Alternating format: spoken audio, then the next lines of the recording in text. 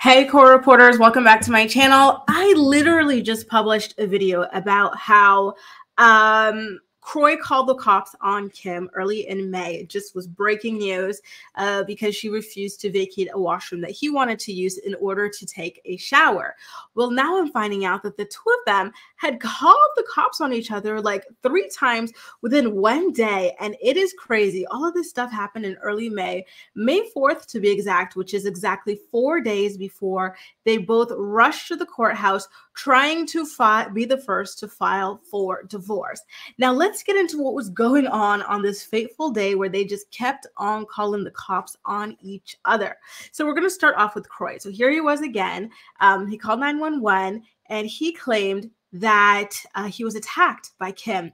He says that although he doesn't have any like bruising or scratches on his body to prove that he was attacked by her, he's got an audio recording. And no word on the police's opinion on the audio recording, but they're saying in their police report that Kroy advised them that Kim had punched him in the back of the head during an altercation earlier that day concerning the disputed property. And when it comes to disputed property, we're talking about a separate time when Kim called the cops on Kroy. I hope you guys are keeping up with me because I know that this is a lot. So just by the way, you guys, this is all coming from Radar Online. They were able to obtain a copy of these police reports. So just FYI there. So now Kim, she's upset because she's claiming that Kroy was trying to seize some of her items, talking about designer bags and shoes and whatnot, which we will get into a little bit later on in this video. So just to go back, during the May 4th incident, they were fighting over marital property. What is not marital property? Kroy, as we all know, he's really upset and fed up with Kim. He thinks that she wastes money. She's got a gambling addiction. She's just a fool with money and whatnot. And yeah, so he's like, what can I do? I think he's desperately trying to sell off designer items. Kim is already trying to do that. She's got her own kind of Kardashian's closet sort of a deal, but I guess he wants to have his own, Kardashian closet of his own in order to get some fast cash here. This is all alleged, by the way, right? We really know that they were fighting over their items, but not why he wanted to take her items. So now the police are really upset with Kroy and Kim. They feel as though they are not really taking into account the feelings of their 4 minor children as they carry out these massive explosive disputes and continuously call them over to the home. So here's a quote from the police report, from a representative. Several times during our encounter, and this is the officer speaking, we asked Kroy and Kim to remain civil due to the presence of their 4 children. I mean, how embarrassing is that the cops have to tell you to think about your children when you are fighting this aggressively in front of them, and when you keep calling the cops, weaponizing them. So now at 6:49 p.m., there is another call that is made to the police. Okay. Now, what happens at 6:49 p.m.?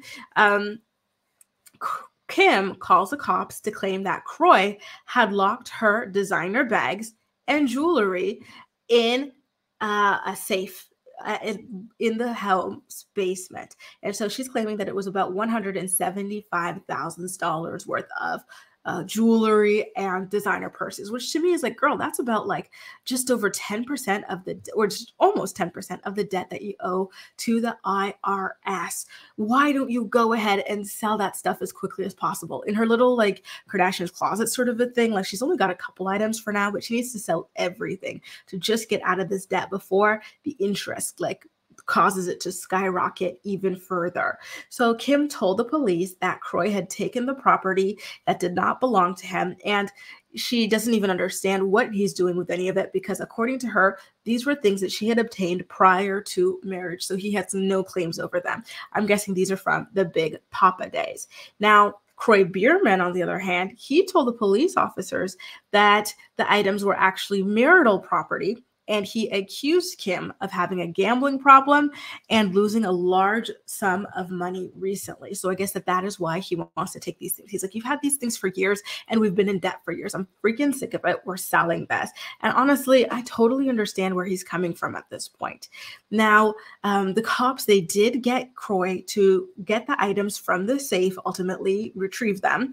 And they also told, so here's a funny thing. When he was going to get the items from the safe, Kroy says, okay, well, I'm going to go get them, but here's the thing.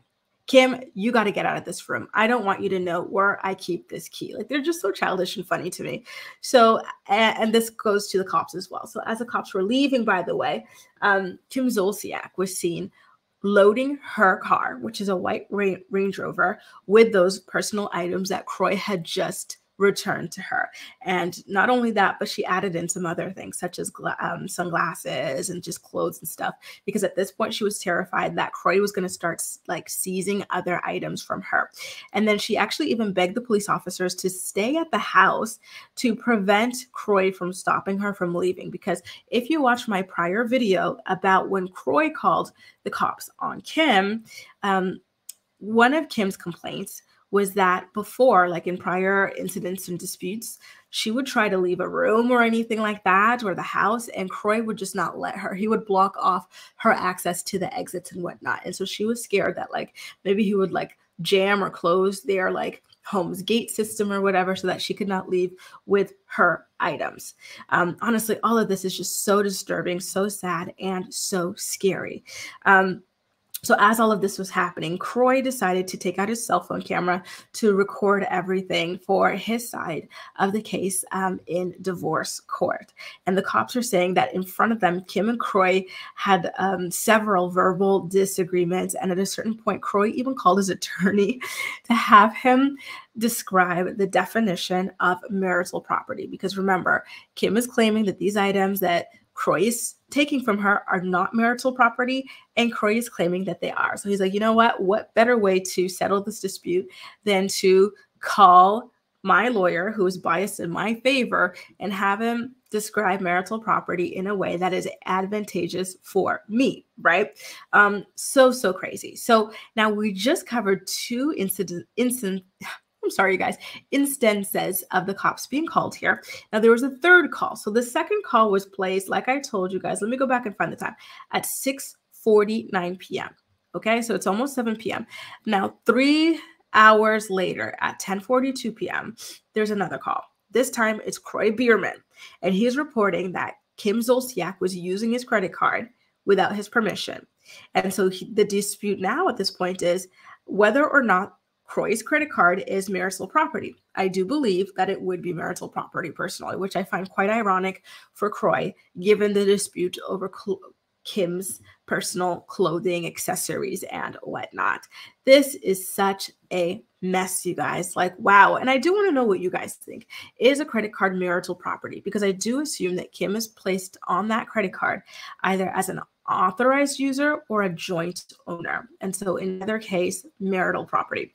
Now, that was the third call. Now let's get into the fourth call. So we went from 6-something to 10-something p.m.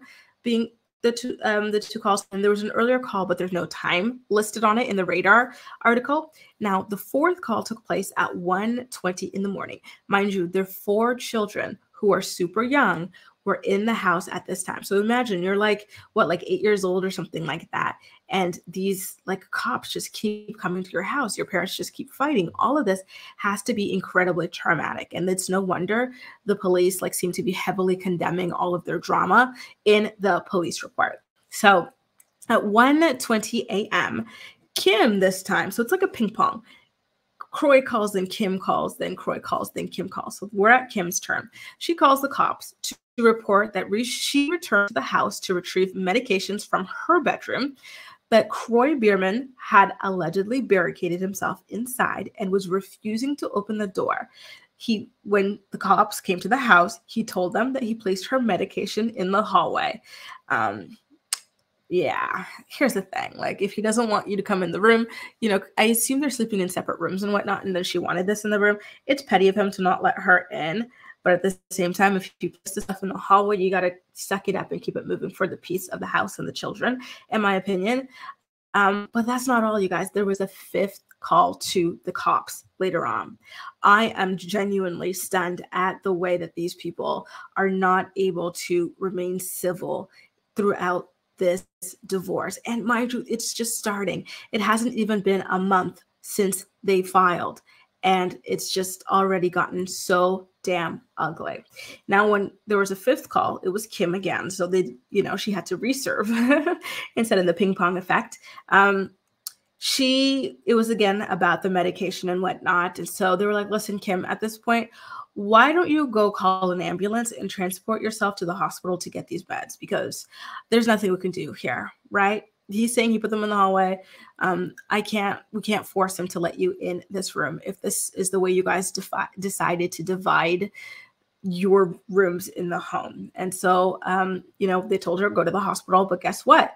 I guess it's not that important because she did not end up going to the hospital. She decided to just go ahead and sleep in another room for the night. Though I shouldn't have said that. That's not that important. I guess they've already got so much debt and stuff. I doubt they have health insurance. So it's probably for that reason that she didn't end up going to the hospital. But there you go, you guys. 5 phone calls in about 24 hours between this couple that was once so madly in love. The epitome, one of the epitomes of soulmates in the Real Housewife world, a long-lasting marriage and whatnot. And just, it's sad. I hate to see it. I truly do. And I'm quite shocked at the police situation. 5 times calling the cops like that within about 24 hours. Then there was this separate incident where Kroy had called the cops a couple days prior as well that I did a video on just a couple minutes ago here. It's a lot. And I hope that things get better for them. I really, really do, because this is not a good look. And I think that they're both going to be chastised for it in divorce court, because typically a judge in divorce court is trying to see who's the better parent to kind of entrust with more responsibility for the children. And at this point, it's kind of looking like an L either way, and neither of them should want that. Guys, what do you think about Kim and Kroy weaponizing the police against each other? Make sure to let me know all of your thoughts and opinions in the comment section down below. And as usual, we'll chat. That's all for now. Thank you so much for watching, and I'll see you next time.